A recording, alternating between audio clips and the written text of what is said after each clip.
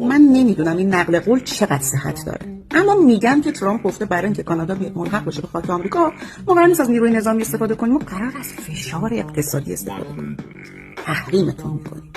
داکفورد هم گفته به درک ما نفت نمیدیم، آمریکا هم گفته که به درک از مکزیک میگیریم، ارزان‌تر هم میگیریم، پامون هم ماچ میکنه. تو به عنوان ایرانی به خودت میگی غالبا قبلا جایی نشنیدی، آشنا میزنه. ما به شما نفت نمیدیم، خب پس ما هم نمیذاریم کسی دیگه نفتتون رو بخره، خودمون هم میریم از عربستان سعودی میگیریم، ارزان‌تر هم میگیریم، پامون هم ماچ میکنه.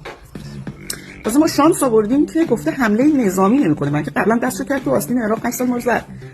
یعنی این دفعه اگه حمله کنه ما بالامون آلاسکاست که خاک خود آمریکاست، پایینمون هم خود کوفریشه، دو طرفمون هم اقیانوسه، هیچ گوری نمیتونیم حتی فرار کنیم. تنها راهمون احتمالاً اینه که خودمون رو بندازیم تو اقیانوس، شنا کنیم تا روسیه بریم اونجا اعلام پناهندگی کنیم. که روسیه خودش انگار که اصلا حکم اینه تو چماق از این ور در بیاری که حالا از اون سرش اینش در اقبالت بسوز ایرانی، اقبالت بسوز. این چه جغرافیایی بود تو توش به دنیا اومدی؟ هر گوری میری آسمون همین رنگه، هر جا میری ماجرا همین، سناریو تکرار میشه. من خدا با ما خصومت شخصی داشتی پروردگار، چی کارت کرده بودیم؟